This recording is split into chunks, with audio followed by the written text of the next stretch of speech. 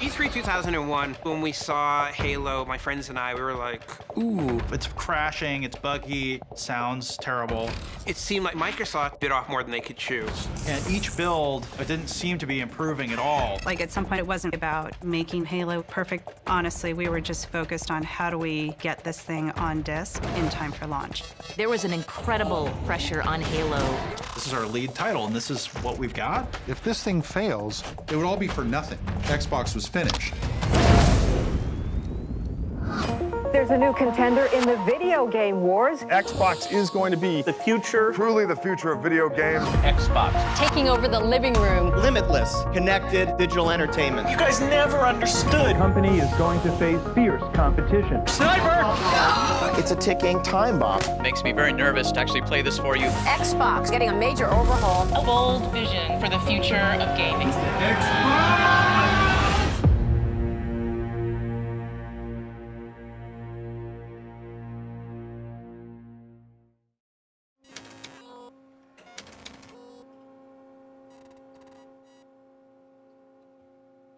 Soon, you will be food.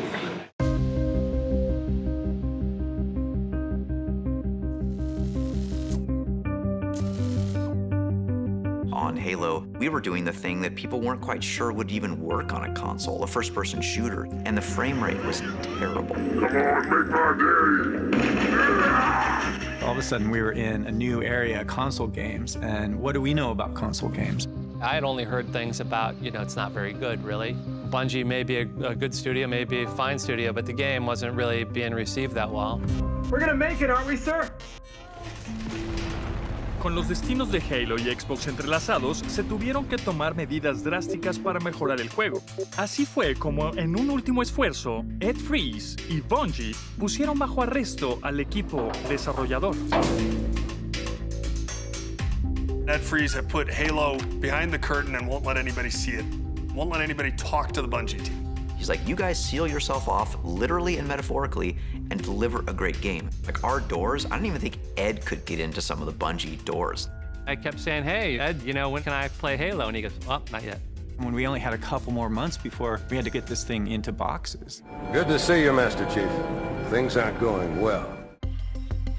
We had to stand up a complete game that was performant on new hardware. We had to create a compelling story with characters. We had to cut levels, take shortcuts, just a mad rush of long days, sleeping under desks, full-on old school crunch to get this game done. There it is. The one positive thing that comes out of crunch is ideation and invention and polish. Ultimately, that was one of the things that Bungie took very, very seriously, was polish. For us at Bungie, this was a passionate effort to make the best game possible. But when you show up as Microsoft, you are open to a whole different level of criticism. Yeah, that's cool. All right! And Halo had the burden of showing up excellent in all ways.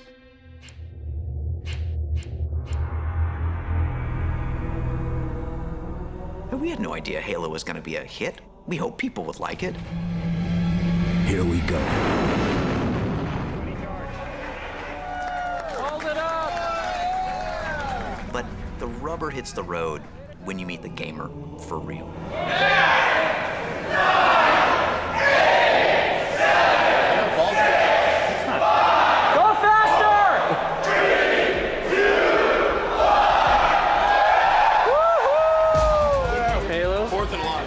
Halo? Halo, yeah. Halo.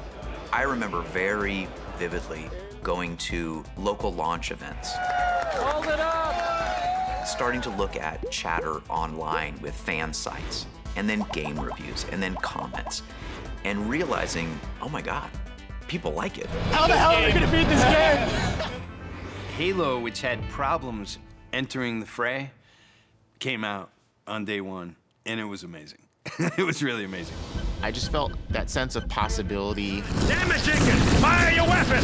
That you could go anywhere and do anything on this beautiful, lush planet filled with things that were trying to kill you.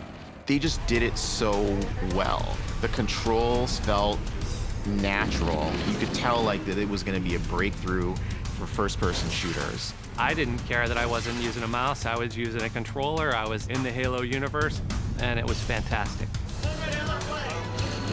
It was a bit of an epiphany of, oh, like you can do that? Like you can play this kind of game on a console? Awesome. Halo was a phenomenon. That dual player mode was wow. Landing on the beach with a warthog trying to protect Marines with Master Chief. It just blew me away, man. Banshee on flames comes down and lands on the ice and is skidding towards me across the ice, and it's gonna run me over and kill me, and it skids to a stop right in front of me. And I live. It was like I was there. It was like I had that experience. Somebody order a warthog. With Halo, Microsoft had that platform-defining title that you had to go out and buy an Xbox if you wanted to play. And that was something that I always envied and admired.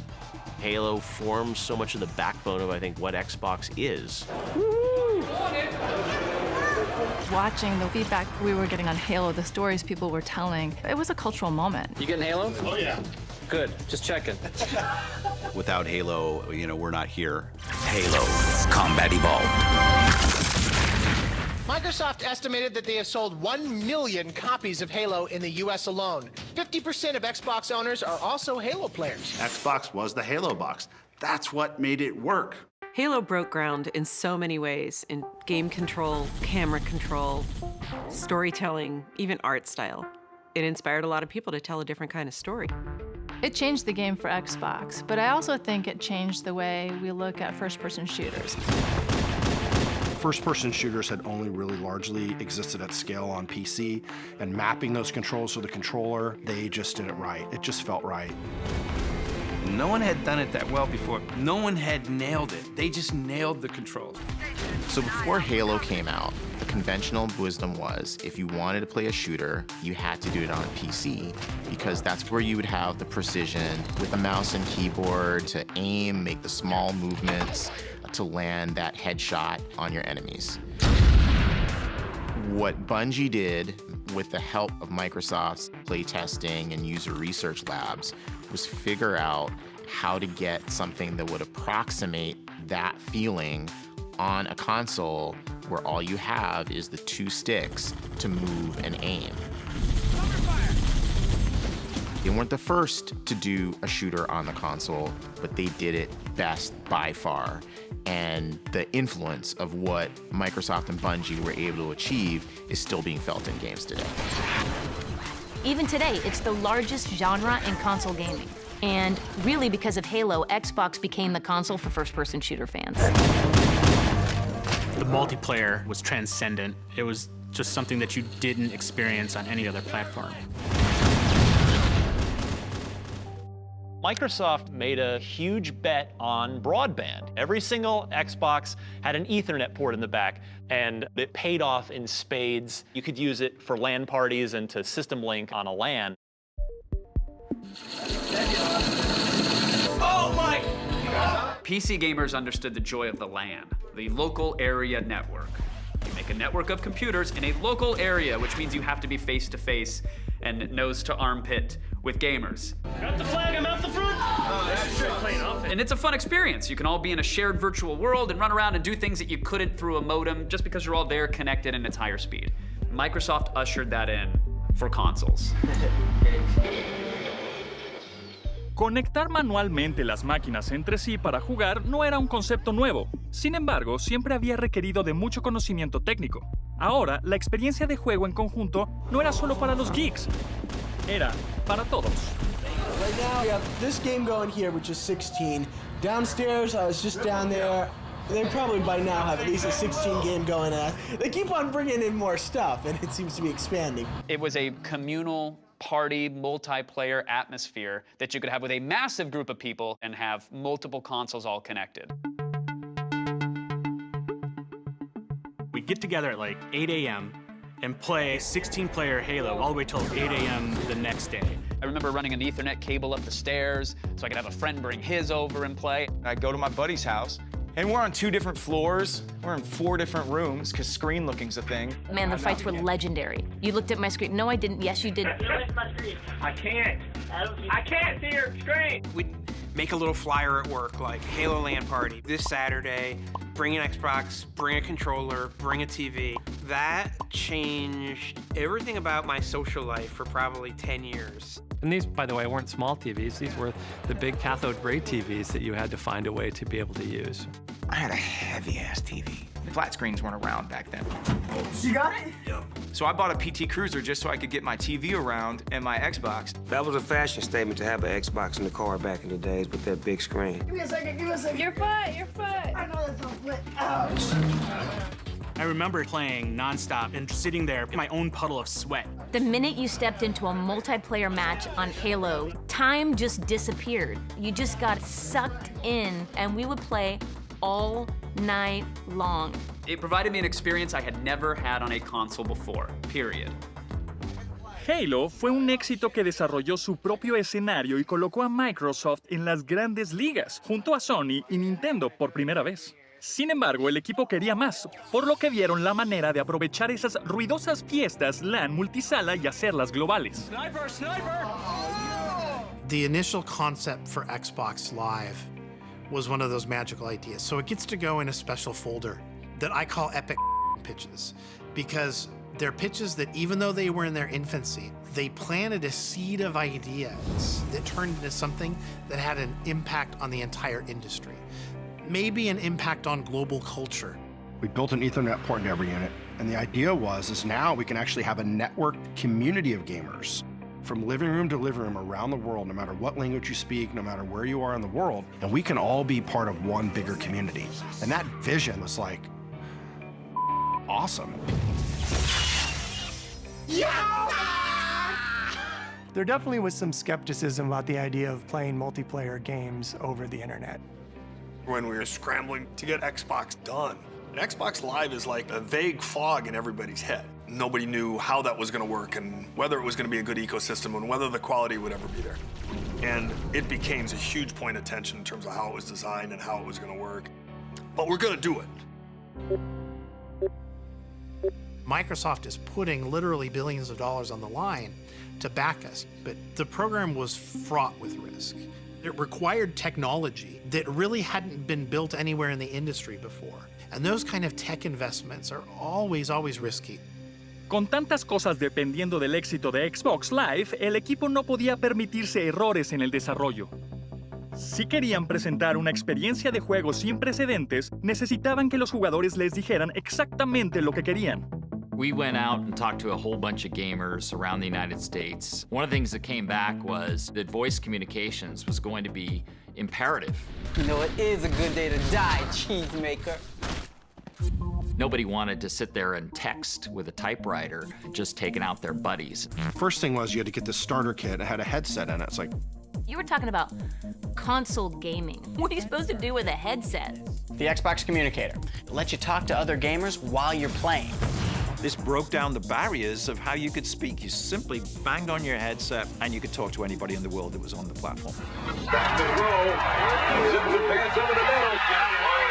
Your defense is offensive. Your defense is offensive. Building that global couch where people can talk and kind of virtually elbow each other with 4 gamers on 4 continents and have it all perfectly fluid through headsets, just as if they were sitting in the same room together. This was before Skype. So the notion of low latency, great quality voice, we had to go build out that tech. I like this one. Your own digital personal ID remembers your moves.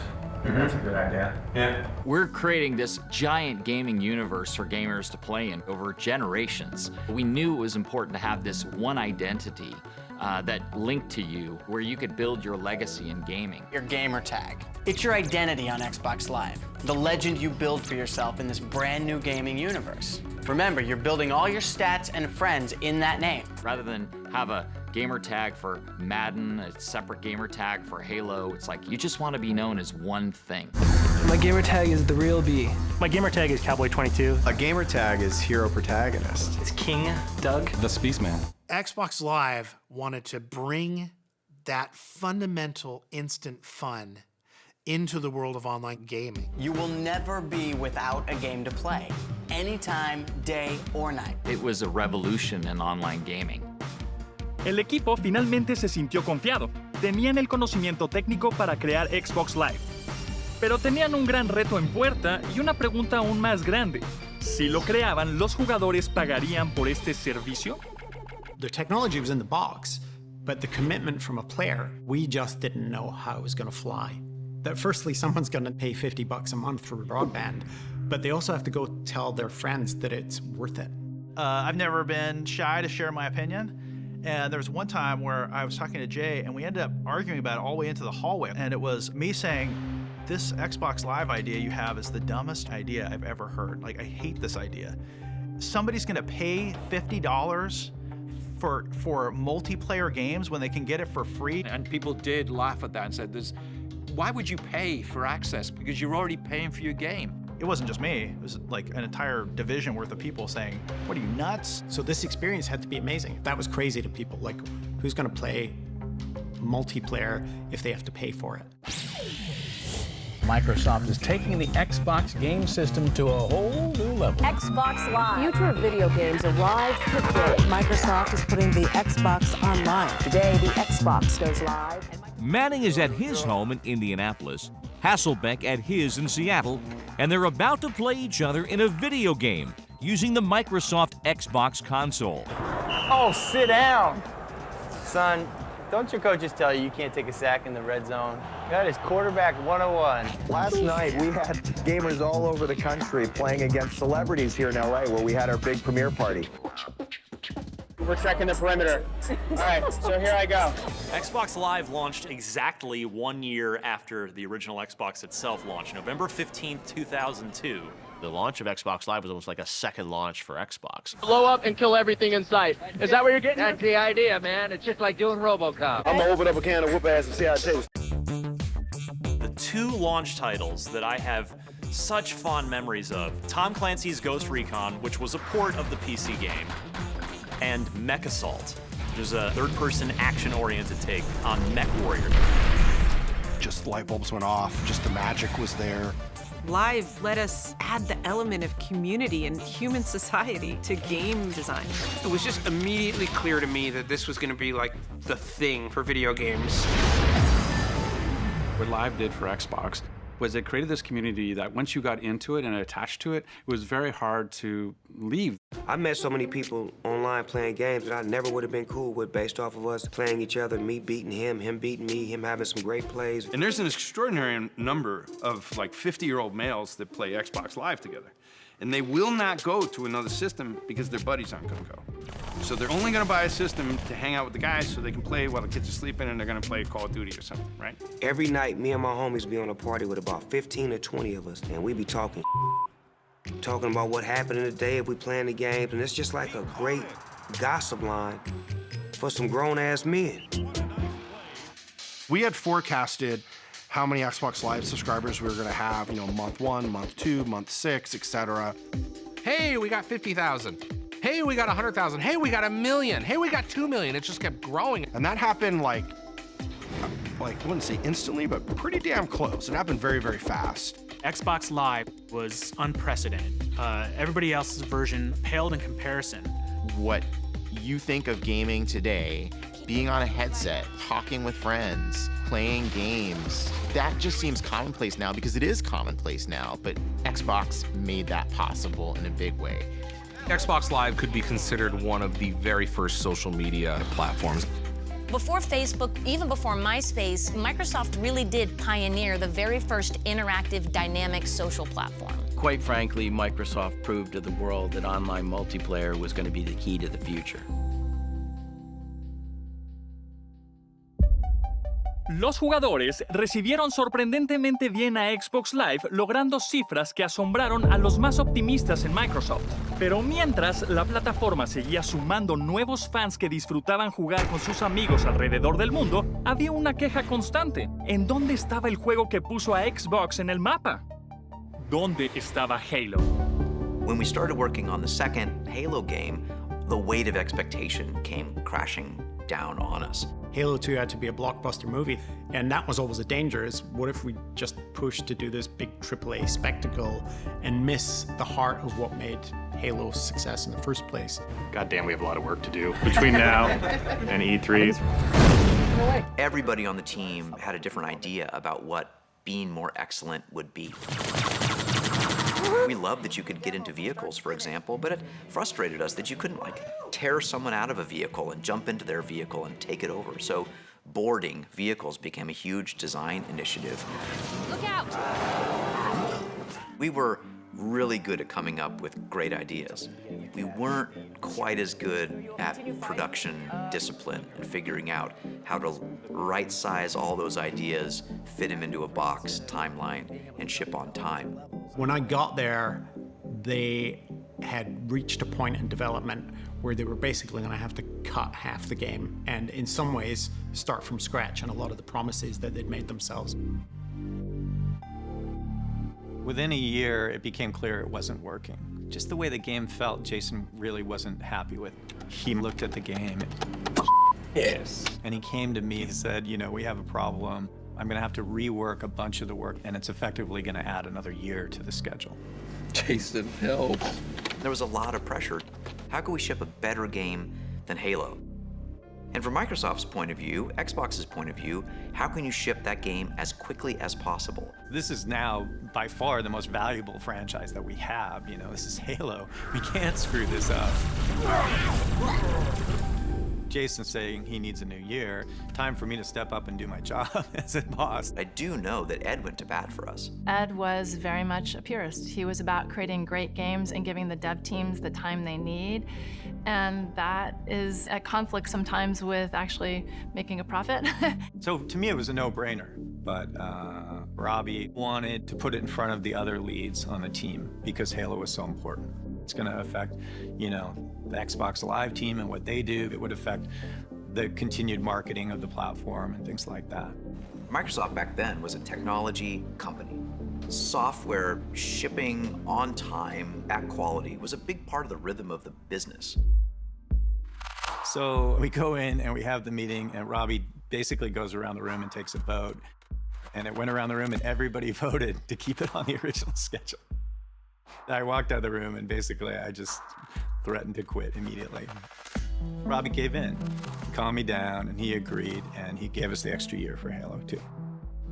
Ed le dio al equipo de Bungie el tiempo que necesitaba para terminar el juego. Sin embargo, el retraso en el lanzamiento tuvo un efecto dominó en Microsoft. Really, that Bungie meeting was the beginning of the end for me. When I walked out of there, it wasn't just that I was mad. It was the first time I could imagine leaving the company. I mean, I'd been there since I was in college.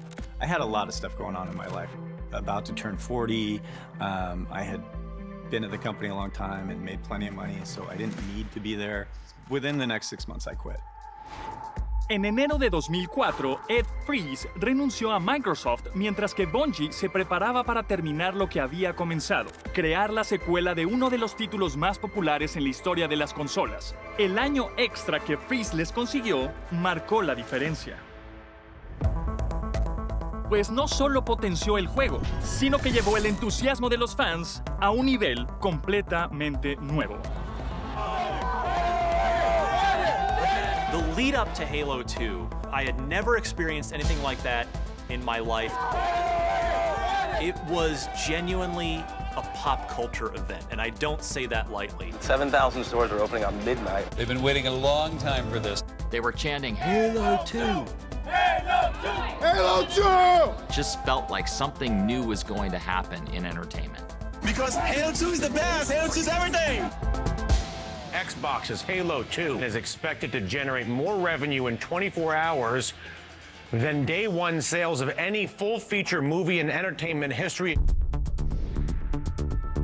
Halo 2 is probably, you know, one of the biggest phenomenons to ever hit my life and a lot of people's lives. It was the biggest day in entertainment history. Halo 2 sold 2.4 million units in 24 hours. Here was a video game, for the first time, really crushing movies. It was a coming-of-age story for the video game industry. This game is simply the best game on the planet.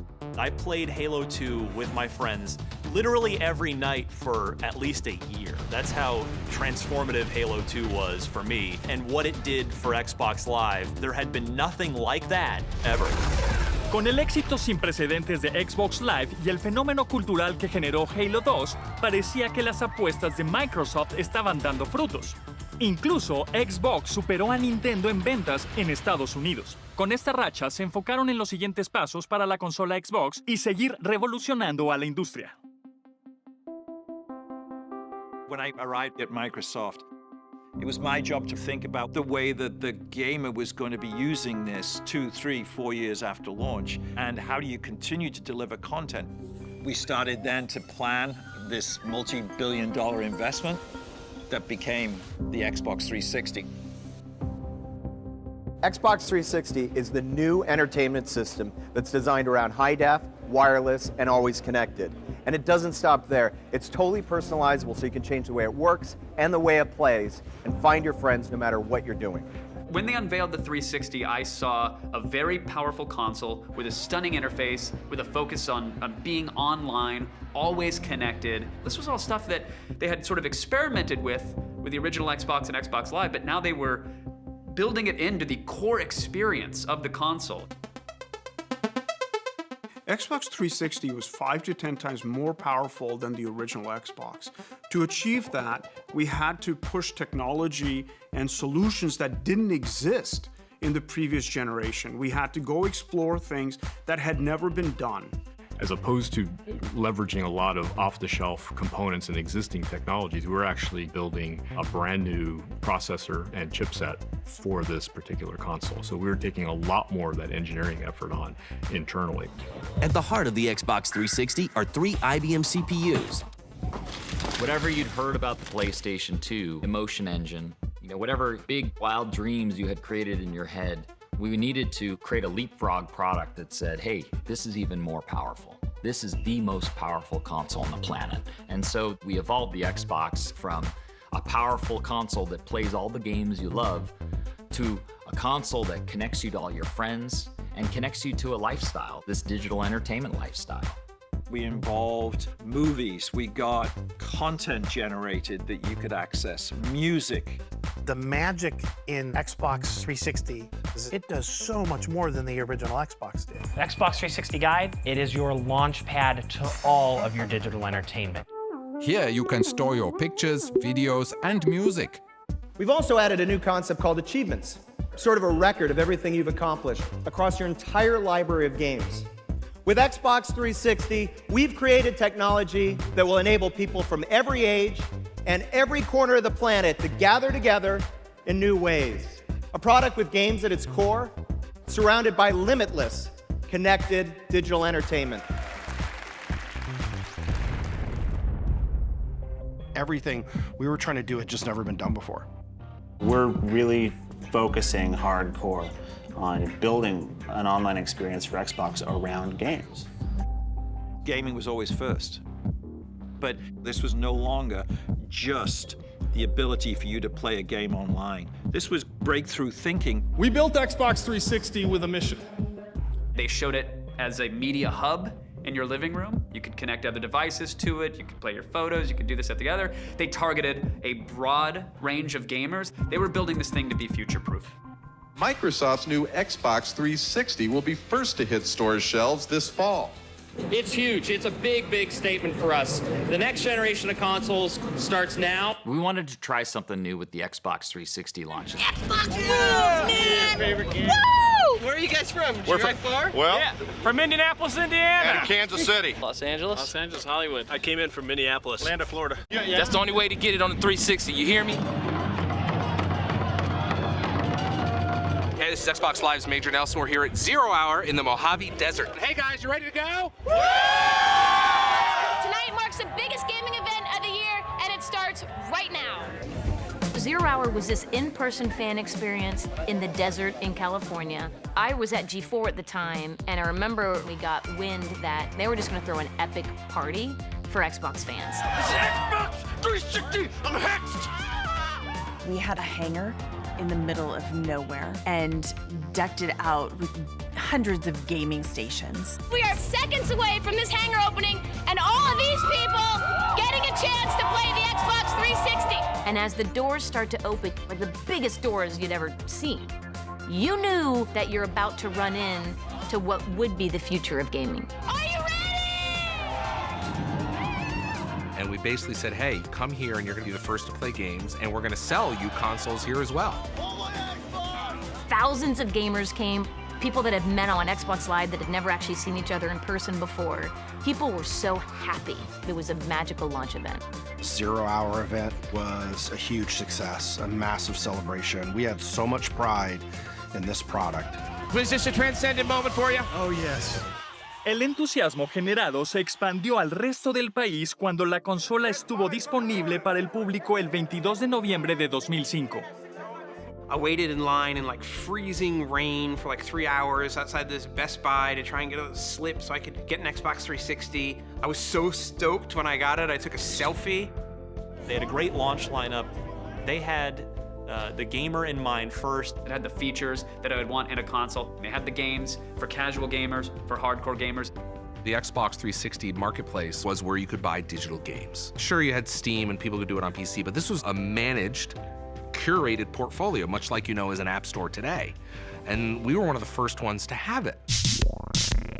I start downloading games, and I download Joust, Robotron, and Defender, and like, all of a sudden everybody's having fun because these games are amazing.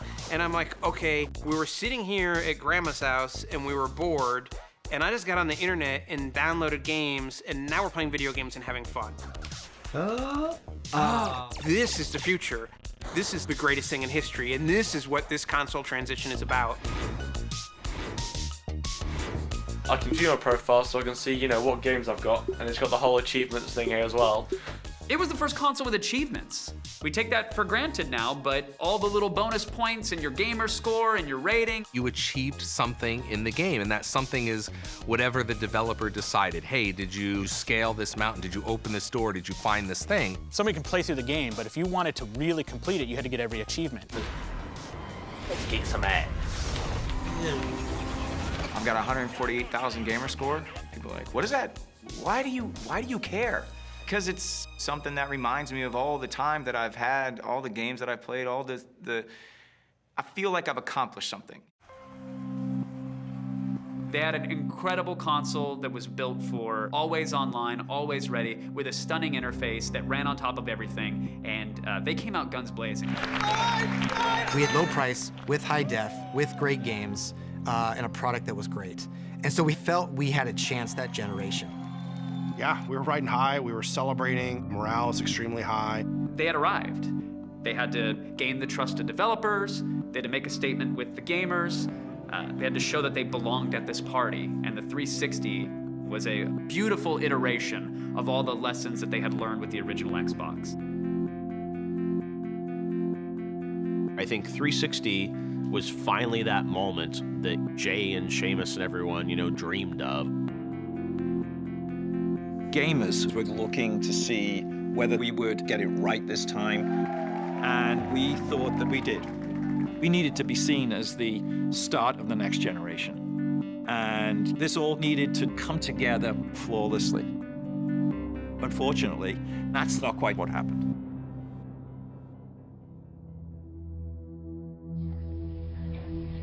This is called an E74 error. Contact Xbox customer support. It was in the forums, and I started to notice that something wasn't right. I think there's something going on here.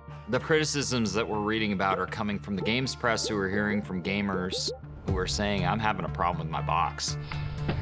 You feel the top of the Xbox, it's pretty hot. We can hear retailers starting to say, there's an issue here.